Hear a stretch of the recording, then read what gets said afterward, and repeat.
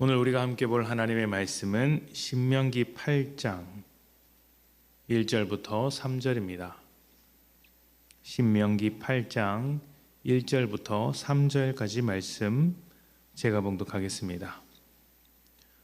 내가 오늘 명하는 모든 명령을 너희는 지켜 행하라.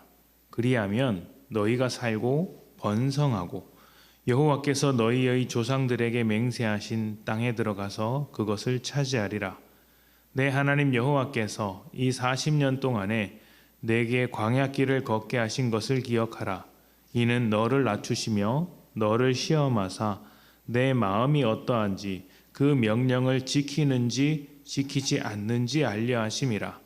너를 낮추시며 너를 줄이게 하시며 또 너도 알지 못하며 내 조상들도 알지 못하던 만나를 내게 먹이신 것은 사람이 떡으로만 사는 것이 아니요 여호와의 입에서 나오는 모든 말씀으로 사는 줄을 내가 알게 하려 하심이니라. 아멘. 오늘 말씀은 이스라엘 백성이 광야를 건너온 이유와 가나안 땅에서 살게 하시는 하나님의 목적에 대해서 가르쳐주는 말씀입니다. 말씀에 보면 광야를 건너오게 하신 것은 이스라엘의 교만함을 낮추고 하나님의 말씀을 따라서 살아가는지 확인하는 자리라고 이야기하고 있습니다. 이스라엘은 광야 내내 스스로 문제를 해결한 적이 없었습니다. 그래서 그들의 선택지는 두 가지였습니다. 애굽으로 돌아가느냐 아니면 하나님을 따르느냐 하는 것인데 그들은 항상 하나님을 시험하며 애굽으로 돌아가는 것을 선택했습니다. 그런 이스라엘에게 하나님의 하나님 되심을 가르쳐 주신 자리가 40년간의 광야 자리였습니다. 이 광야에서 그들이 확인했던 것은 사람이 떡으로만 사는 것이 아니라 하나님의 말씀으로 산다는 것이었습니다. 이 말씀은 예수님께서 금식하시며 시험 받으실 때 인용하신 말씀인데 그 장소 역시 광야였습니다. 그곳에서 예수님께서 가야 할 길이 무엇인지 세상과 어떻게 다른지 하나님의 말씀으로 설명해 주신 것이죠. 하나님의 말씀은 율법이나 교리와 같은 것을 말하는 것이 아닙니다.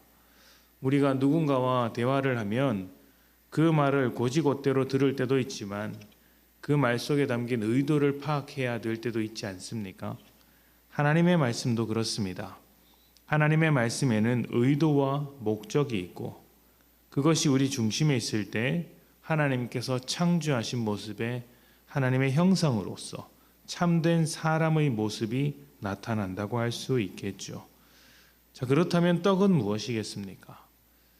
단순히 먹는 식량을 말하는 것이 아니라 하나님 없이 스스로 살아가고자 하는 열심, 그 모든 노력을 말하는 것입니다. 하나님을 잃어버린 현대사회는 누가 더 떡을 확보하느냐, 누가 더 떡을 많이 갖느냐를 놓고 전쟁을 벌이는 사회가 되었습니다. 떡만 추구하는 세상이 되어버린 것이죠. 물론 떡이 없어도 된다는 말씀을 드리는 것이 아닙니다. 열심과 노력은 우리가 살아가는 데 필요한 덕목 중에 하나입니다. 그러나 그런 열심이 우리를 배신할 때가 정말 많이 있지 않습니까? 노력이 허사가 되고 되는 일도 안 되는 경우가 많이 있죠. 열심과 노력으로 인생을 만드는 사람의 입장에서 그렇게 열심으로 배신을 당하게 된다면, 열심에 대한 배신이 들게 된다면 어떻게 견딜 수 있을까요? 굉장히 힘들게 되죠. 그래서 사람들이 허무주의에 빠지기도 하는 것입니다. 열심과 노력 없이 적당히 즐기는 삶을 살자고 말하기도 합니다. 성경이 말하고자 하는 것은 떡을 만들어내는 열심과 노력이 필요하지만 그것만으로는 채워지지 않는다는 것입니다. 그것만으로는 우리의 인생이 만들어지지 않는다는 것이죠. 그래서 떡으로만 사는 것이 아니라고 이야기합니다.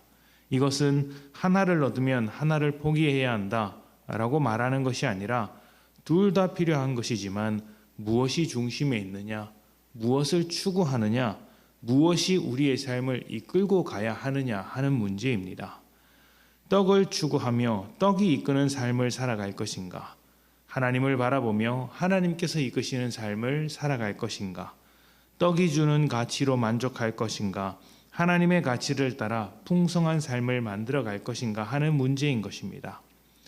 떡만 추구하는 삶, 이것을 우리는 탐욕이라고 합니다. 탐욕은 많이 가지려고 하는 것뿐만 아니라 가져야만 만족하는 삶을 말하는 것이기도 합니다. 하나님으로 만족하지 못해서 자꾸 다른 것을 원하는 것입니다. 그 원하는 것이 꼭 크지 않더라도 그렇게 될 수 있다는 것이죠. 작은 것일지라도 현실적인 필요에만 매달려서 살아간다면 그것이 탐욕입니다. 나는 욕심 없어. 하나님께서 뭐 대단한 것 해주지 않아도 괜찮아. 나는 이것만 있어도 돼. 라고 하는 것도 사실은 탐욕과 같은 생활이라고 할 수 있는 것이죠. 그렇게 탐욕을 부려서 내게 필요한 것들을 채운들 필요한 것은 다시 생겨나기 마련입니다. 이것이 떡으로 인생을 만들어갈 수 없는 이유이기도 하죠. 우리 신앙의 여정이 광야 생활과 같다는 말씀을 드린 적이 많습니다. 광야에서 떡보다 하나님의 말씀이 더 중요하다는 것을 배우는 것처럼 우리의 인생도 이것을 꾸준히 배워나가는 자리입니다. 우리를 가치 있게 만들고 빛나게 만드는 것은 떡이 아니라 탐욕이 아니라 하나님입니다. 하나님의 마음과 하나님의 생각, 하나님의 의도가 담겨있는 말씀이 우리 중심에 자리 잡을 때 비로소 가치 있는 의미 있는 인생이 되는 것입니다. 다시 한번 말씀드리지만 떡이 필요 없다는 말씀을 드리는 것이 아닙니다.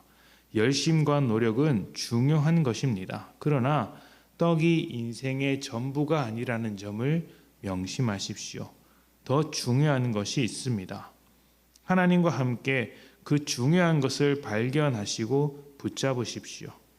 여러분께서 하나님께서 새롭게 만들어주시는 삶을 살아내시며 떡으로만 사는 인생이 아니라 하나님의 말씀으로 만들어가는 복된 인생이 되시기를 축복합니다. 함께 기도합니다.